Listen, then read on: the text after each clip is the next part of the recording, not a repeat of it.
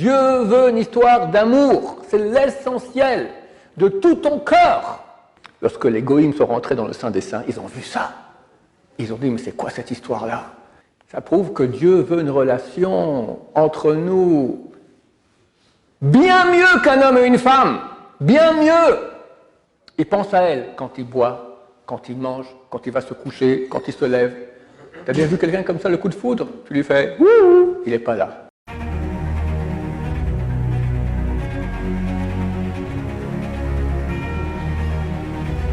Ok, ce show dédié pour l'élévation de l'âme de Germaine Rachel Batsarat, on la verra de mémoire bénie. La question de Daniel. Comment passer du devoir envers Hachem, transformer notre devoir envers Hachem en amour? Comment transformer notre acte de devoir envers Hachem en amour envers Hachem? Question super importante. Il faut savoir que la Torah compare notre relation avec Hachem comme la relation avec une femme. Et il est clair qu'un homme il a des devoirs, on va dire, d'amour envers sa femme. Comme il est écrit, tu aimeras ton prochain comme toi-même. Et Rabbi Akiva dit c'est la loi générale de toute la Torah, donc ça veut dire que c'est une chose super importante. Et si un homme va faire ses devoirs, par exemple, un exemple que je dis toujours, ça peut être que j'en trouve un autre, mais il y a l'habitude dans le monde religieux, c'est que le mari amène des fleurs pour Shabbat à la maison. Alors, on va dire aujourd'hui c'est son anniversaire de mariage. Et il amène un bouquet de fleurs pour sa femme. Il rentre à la maison et il jette, tiens, c'est pour toi. Pic, comme ça. Qu'est-ce qu'on mange? Du genre, il manque tout la mise en scène, le trémolo, chérie. Ça fait 8 ans qu'on est mariés, c'est un bonheur extraordinaire pour toi. Tiens, un bouquet de fleurs, c'est rien par rapport à toute la reconnaissance que j'ai envers toi. Voilà, ça c'est pas mal. Il faut faire encore mieux que ça. Lui, il vient, bon, tiens, le bouquet de fleurs pour l'anniversaire de mariage, tic, et le jette comme ça. Elle s'en fout. C'est pas ce qu'elle veut. Elle veut de l'amour. Et l'amour, il passe aussi par un biais d'un objet. Mais s'il y a l'objet sans l'amour, ça ne vaut pas grand-chose. Idem-nous avec Dieu. Il est clair que Dieu nous demande de faire beaucoup de devoirs, comme tu dis.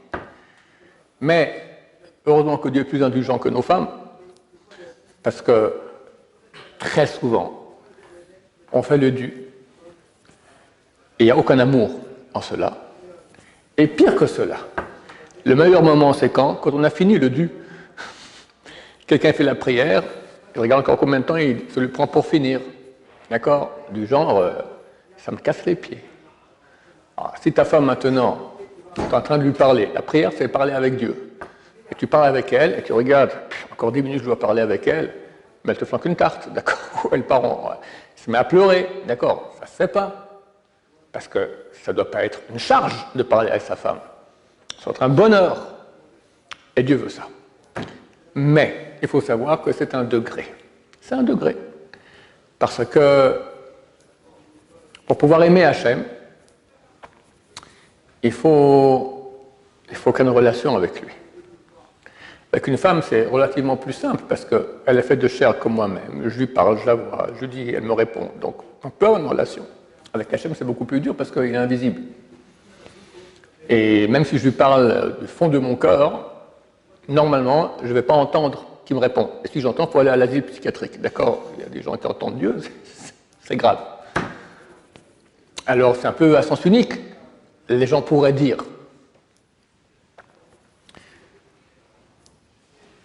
Donc, pour arriver à une relation avec Hachem, il faut une partie en nous qui s'appelle la Neshama. La Neshama, c'est une partie divine qu'on a, mais qu'on reçoit tard dans la vie. C'est marqué qu'on reçoit à l'âge de 20 ans. Il y a déjà un peu de Neshama avant, mais peu. Et après, ça va en augmentant chaque anniversaire. Chaque anniversaire, on reçoit des parties d'âme nouvelles. Nefesh, Ruach, Neshama, Chaya, Yechida, il y a 5 parties d'âme. Et plus quelqu'un investit dans la Torah, et plus il va investir avec amour de Dieu, plus il recevra des parties divines plus grandes. Le Zohar HaKadosh, il dit, plus tu fais, plus tu reçois. Plus tu fais, plus tu reçois. En fait, il y a 10 degrés qu'on peut recevoir par rapport aux 10 sphères. Donc, tu reçois une partie, après une deuxième, une troisième. Ça, il faut faire des efforts dans ce sens-là. Puis après, qu'est-ce qui se passe quand tu arrives aux 10? Eh bien, on t'enlève la dernière et on te donne une 11e. Après, on t'enlève la deuxième, on te donne une 12e. Tu peux comme ça recevoir les parties d'âme jusqu'à recevoir les parties d'âme de Moshe Rabbeinu. T'imagines ça? Bon, ça ne nous concerne pas toi et moi. Mais on peut gagner beaucoup en investissant, parce que là, on reçoit des parties d'âme beaucoup plus grandes, et grâce à ces parties d'âme, on peut être en relation avec Hachem, parce que ces parties d'âme, elles sont divines. Donc, ça fait partie de moi, donc j'ai une partie en moi qui ressemble à Hachem, et grâce à ça, je peux arriver à être en relation. Alors, comme j'ai dit, je ne pourrais pas arriver à entendre Dieu me parler, mais je pourrais, par exemple, avoir de l'amour pour Dieu. Il faut comprendre que Dieu demande cela. C'est écrit dans le Talmud, Ahmana liba bae. Dieu veut le cœur. Donc il veut aussi les actes. Tu mets les tefilines, il veut que ta bouche elle parle quand tu étudies, tu fais le Shabbat, tu fais le Souka, le Lulav, tu fais toutes les mitzvot. Mais, comme je donne l'exemple avec la femme, tu fais le bouquet, puis il n'y a rien de plus. La mitzvah elle est faite. Heureusement que Dieu est indulgent. Donc la mitzvah elle est faite. Mais l'essentiel manque. Dieu veut de l'amour. Maintenant, c'est une chose qui ne vient pas tout de suite. Et certainement pas chez les enfants. Ça peut commencer à l'adolescence, mais il faut commencer à investir là-dedans. Parce que sinon, on fera comme tu le dis, ça sera que du devoir. Alors Hachem, Baruch Hachem, il est bon, et il sait qu'on n'est pas à des niveaux extraordinaires, donc il accepte aussi ce qu'on fait par devoir. Mais son but, c'est pas ça. Il veut une histoire d'amour. Le verset le plus important de la Torah, c'est quoi? Shema Yisrael, Hashem Elokeinu, Hashem Echad. La profession de foi juive, Dieu est l'Éternel est notre Dieu, l'Éternel est un. Ok, et quel verset il y a après dans la Torah? Ve'ahavta, tu aimeras l'Éternel ton Dieu de tout ton cœur, toute ton âme, tout ton pouvoir. Ce n'est pas des paroles en l'air, c'est pas n'importe quoi. Si Dieu nous demande de le dire 2 fois par jour, le matin et le soir, c'est que c'est important à ses yeux. Et il y a un effort considérable à faire dans ce sens.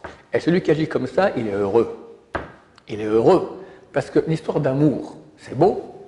Ceux d'entre vous qui ont déjà été amoureux, ils diront, c'est kiffant, super kiffant.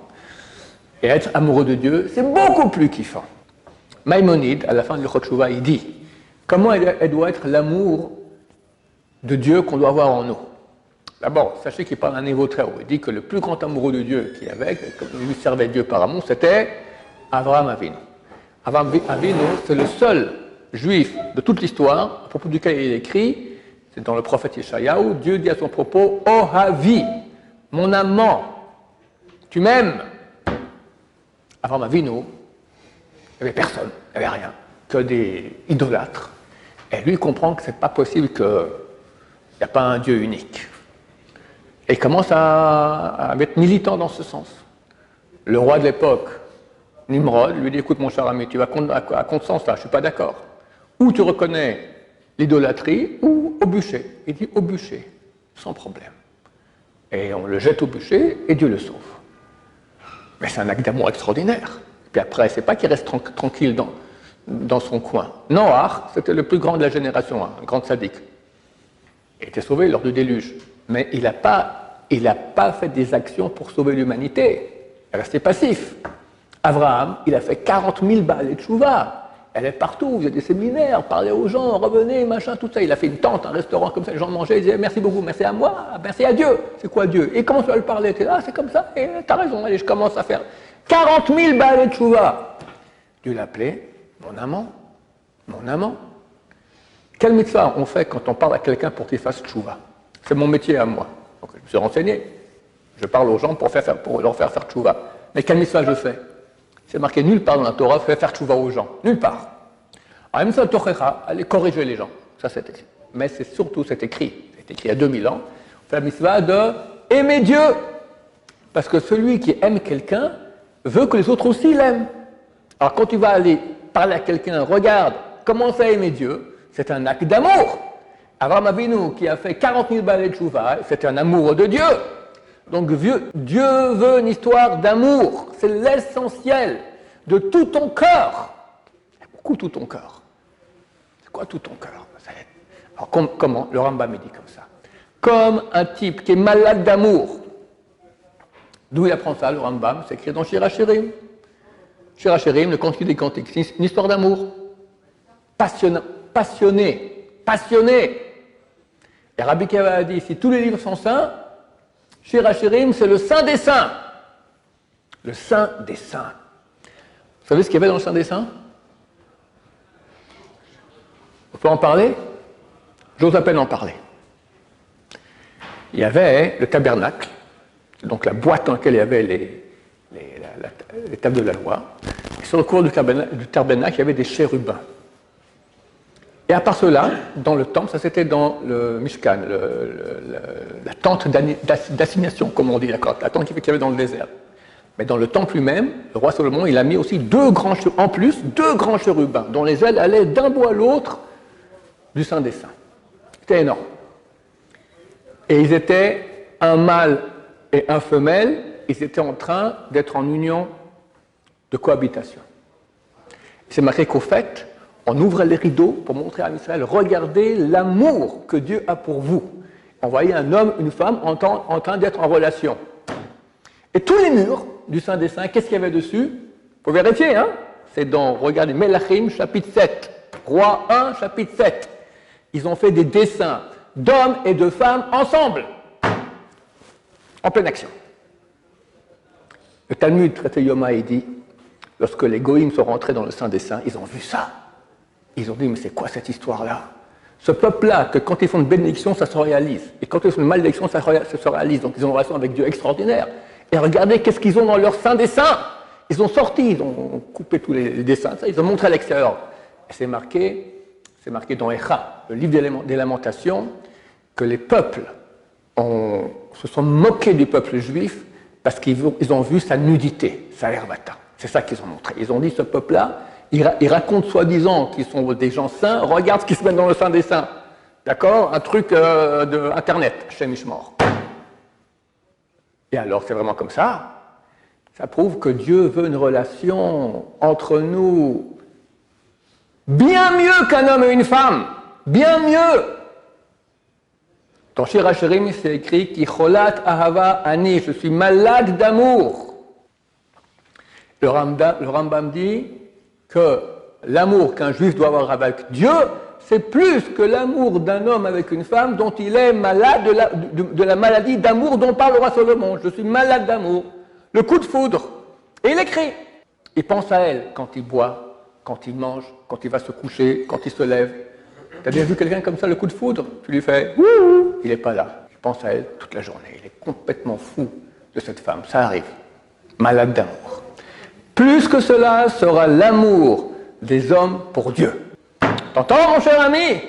Alors, quelqu'un qui fait toute la Torah, il met les tefilines, il fait sa prière, tout ça, mais sans amour. Ok, il a fait Baruch Hashem, il a son paradis et tout ça. Mais il est loin du but. Dieu a une histoire d'amour extraordinaire. Et tous ceux qui sont amoureux, je répète, ils savent que c'est agréable. Être amoureux de Dieu, c'est encore plus agréable. Et c'est possible. Mais c'est un travail, c'est un degré, ça vient lentement. Il faut réfléchir à Dieu, penser à Dieu, voir tous les bienfaits qu'il nous fait. Tous les bienfaits qu'il nous fait. Combien Dieu fait de choses. Tu te lèves le matin. J'ai eu dernièrement, j'ai encore chez moi, il y a un tuyau qui a pété. D'accord? Chez les voisins, ça pleut, etc. Ok, bon. Alors, pour que ça arrête les dégâts chez les voisins, il faut fermer l'eau. Alors, j'ai rempli des seaux entiers comme ça d'eau chez moi, et puis... Bon, alors les seaux, ça va pour la figure, les mains, mais qu'est-ce que tu fais quand tu vas aux toilettes? Bon, alors, on versait des seaux dans les toilettes. C'est pas pratique. Puis les douches, on ne peut pas. Un seau comme ça, enfin, c'est très compliqué. Puis un plombier est venu. Bon, il faut faire des grandes réparations qu'on n'a pas encore commencé. Mais il a séparé la maison en deux. Une partie, on a de l'eau, l'autre partie, au-dessus des voisins, où il y a le tuyau qui a pété, il n'y a plus d'eau. Ma femme encore, ça fait une semaine, hein, ma femme encore hier, a dit, mais c'est inimaginable, le bonheur d'avoir de l'eau. Le bonheur d'avoir de l'eau, tout le robinet, tac, ça coule, tu prends une douche, tac, tu vas aux toilettes, machin, extraordinaire.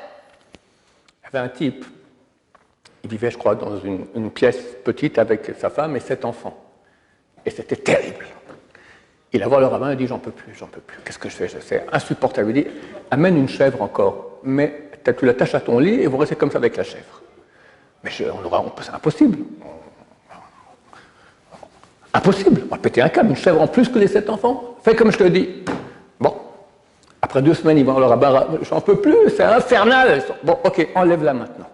Et on enlève la chèvre. Après, il fait ah, c'est extraordinaire. Qu'est-ce qu'on est bien maintenant sans la chèvre. D'accord? Tant qu'on n'a pas eu une coupure d'eau, quelqu'un fait attention au bonheur d'avoir de l'eau dans le robinet? Jamais de la vie. Normal. T'enlèves quelques jours.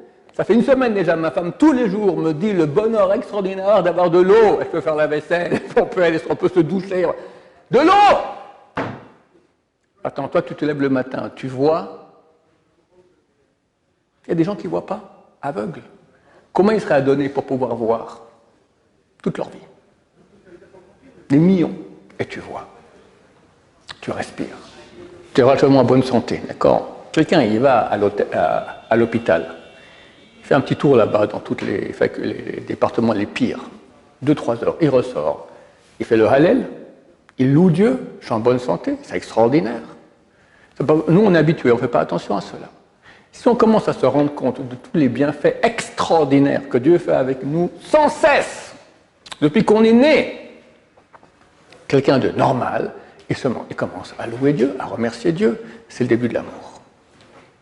Si maintenant, en plus, il est juif, il est dans la Torah, il étudie la Torah de Dieu, il étudie la Torah de Dieu, mais combien ça vaut? La Torah de Dieu, Dieu et sa Torah font un. Donc quand tu étudies la Torah, tu t'unis avec Dieu. C'est comme si tu parlais avec ta femme. Quand tu parles avec ta femme, tu es en train de t'unir. Vous discutez, vous parlez, c'est intéressant. C'est pas physique, mais c'est ton esprit qui s'unit avec son esprit. Là aussi, tu es en train de t'unir avec Dieu. Combien ça vaut? Des millions de milliards. Des millions de milliards. Maintenant, celui qui étudie bien, il y a un bonheur extraordinaire à cela. Et on ne sent rien. Le roi Chaim Akadosh, il dit que si on se rendait compte de la douceur de la Torah, on deviendrait fou. Fou. Tu prends du miel, tu mets sur ta langue. C'est bon, c'est doux. Maintenant, imagine que le miel, il est 1000 fois plus doux. 1 million de fois plus doux que tu tombes dans les pommes. C'est insupportable tellement c'est doux. C'est ça la Torah. Donc, Dieu nous fait des bienfaits quotidiens, sans cesse. Et chers amis, très bientôt, c'est la fin. Il y a un Zohar que j'ai lu cette semaine. Je n'ai pas lu le Zohar, j'ai lu un livre qui cite le Zohar. Extraordinaire. Ah, qu'est-ce que c'est beau, qu'est-ce que c'est beau. Ils disent comme ça, que quand le Mashiach va se dévoiler, il y aura un moment de joie dans le monde qu'il n'y aura jamais eu depuis la création du monde jusqu'à la fin du monde. Ce sera le moment le plus joyeux, le plus beau, le plus intense, le plus extraordinaire de toute l'histoire de l'humanité. Et je vous garantis, on va le vivre. Très bientôt. Maintenant, c'est marqué, celui qui prend sur lui, ça fait partie un peu de cette période-là maintenant, celui maintenant qui prend sur lui le deuil de Jérusalem verra sa joie, la joie de sa reconstruction. Mais, et à l'envers, celui qui ne prend pas sur lui le deuil, ben, il ne verra rien. Le type, pour lui, il s'en foutait complètement Jérusalem, l'exil, Mashiach, l'essentiel, combien je reçois ce mois, d'accord? Quand Mashiach revient, il n'y a rien qui change pour lui. Nul. Il verra les gens dans une joie, les gens vont extraordinaire, et lui, mais qu'est-ce qui se passe, mais qu'est-ce qui se passe? Il est à côté de la plaque totale, pauvre type. Donc, quand on voit tous ces bienfaits, moi je suis né hors d'Israël, une famille israélienne à la base. Ma mère est née à Jérusalem, mes parents sont partis en Suisse 2-3 mois pour faire un peu d'argent après le mariage. Et là, ils ont réussi à faire de l'argent. Ils n'ont pas réussi, ils sont revenus tout de suite en Israël. Ils ont réussi, ils sont restés 51 ans là-bas. Ma mère ne parlait pas un mot de français quand je suis né. Sa langue maternelle, c'est l'hébreu. Mon père parlait français, il est libanais d'origine. Il est monté à l'âge de 14 ans en Israël. Maintenant, quand j'allais à la maternité là-bas, on parlait français à la maison. Ma mère me parlait moitié hébreu, moitié français. Elle essayait un peu de baragouiner, mon père, voilà. Vous voyez comme je parle bien maintenant? Mon premier mot que j'ai commencé à prononcer, c'est à l'âge de 3 ans. J'étais muet. On m'a amené chez un psy. Le psy a dit à ma mère, madame, vous décidez ou français ou hébreu. Votre gosse, il ne comprend rien. Tu parles hébreu, on ne peut pas prendre 2 langues à la fois. D'accord? Pourquoi je raconte cela? Ah, Quand je suis né donc à l'étranger, hors d'Israël. Et Dieu a eu pitié de moi, et Baruch Hashem, j'ai pu venir habiter en terre d'Israël. Combien on doit être reconnaissant à Dieu pour une chose pareille? Combien? Les gens savent c'est quoi la terre d'Israël? C'est marqué, il y a trois choses qui s'acquièrent avec souffrance. Olam Haba, le monde à venir, c'est infini. La Torah, c'est infini, et la terre d'Israël. Il faut croire que c'est aussi infini. C'est phénoménal. Tu es juif, tu aurais pu t'assimiler, tu aurais pu être... J'étais le seul garçon dans une classe de filles, les plus belles du collège. Et Dieu m'a sauvé, Baruch Hashem. Je n'avais pas la tête que j'ai aujourd'hui, hein. Mais comment on doit remercier chacun de nous? T'es juif, Baruch Hashem, t'es pas assimilé, t'es en Israël, t'étudies la Torah, mais il y a de quoi danser non-stop, de remerciements à Hashem. C'est ça l'amour de Dieu, mais il faut voir. Dans beaucoup de couples, la femme fait beaucoup d'efforts pour le mari, et le mari fait beaucoup d'efforts pour la femme, mais personne ne voit. C'est normal. Tu rentres à la maison est bien rangée, ta femme, elle l'a fait. Elle t'a fait un repas, celle qui l'a fait, elle te le sert aussi. Parce que si tu rentres à la maison et tu demandes qu'est-ce qu'il y a à manger, elle te dit tu peux servir sur ma casserole, tu n'es pas content. Donc elle vient gentiment, tiens mon chéri, il est content, il a servi. Tout ça, il faut dire merci, il faut voir ces choses-là. Si tout va bien, c'est normal, d'accord, tu vois rien, tu n'as pas reconnaissance du bien, il n'y aura pas d'amour dans le couple non plus. Il faut voir tous les bienfaits qu'on nous fait. Et qu'aujourd'hui, on est à la période extraordinaire. On voit le retour du peuple d'Israël sur sa terre, ce que les prophètes ont attendu. Des millénaires, les prophètes en ont parlé. Nous, on est en train de le vivre. La terre d'Israël qui était désertique va redonner ses fruits. Le peuple d'Israël fera tchouva. Les villes qui étaient détruites seront reconstruites. Et Mashiach vient.